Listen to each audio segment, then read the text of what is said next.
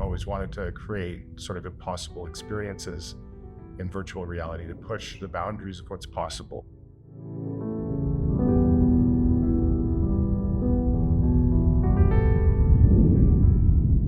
So the idea with star stuff, your body is transformed into constellations in virtual reality.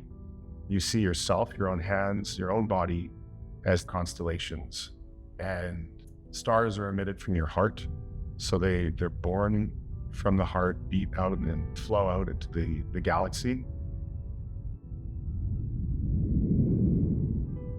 So moving around the space, you can change how the stars will orbit. And you can also interact with them through essentially a fluid simulation. So the stars behave a lot like water. So every star is kind of born with a mass and lives out its life depending on that mass. So some of them live a very long time and stay small. And others burn brightly, like these blue giants, get really big, turn into red supergiants, and they collapse into supernova.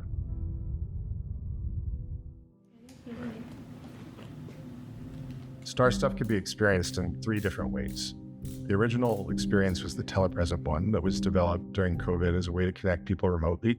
So that connects people who could be going into the experience anywhere in the world. It just randomly pairs them up. There's also a co-present version that allows us to bring people together into a room. And so just by calibrating a couple points in that room, you can align the 2 systems so that people can actually physically interact. Alongside that, there's also the museum installation version that we've been doing at the H.R. McMillan Space Center. Yeah, so we've had it in our exhibit space for almost over a year. And then it's been a good complement to a lot of our programs that we've done here at the Space Center.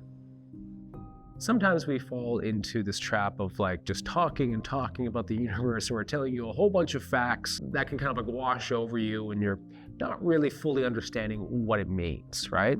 And so what we're trying to do here is to excite the magic and the wonder of the universe without actually going into space, because not many people actually get to go. We're doing a lot of showing.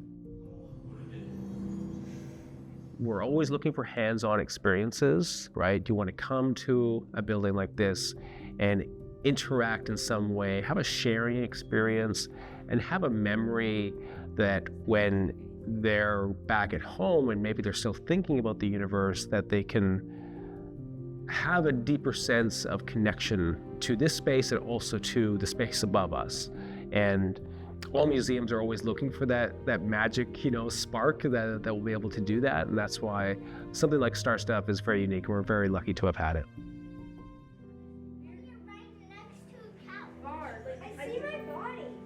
Star Stuff was originally created as a way to facilitate social connection by abstracting the appearance and making people look like constellations. The idea was to essentially allow people to connect with humanity at large. So the hope is that their experience with this other constellation body will allow them to feel, maybe a little bit more socially connected in general, rather than with a particular person.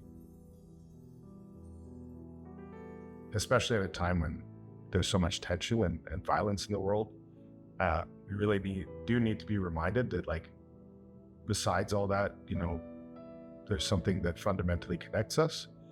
And so I hope to continue to get the experience out there and to allow people to connect with humanity in this deep way.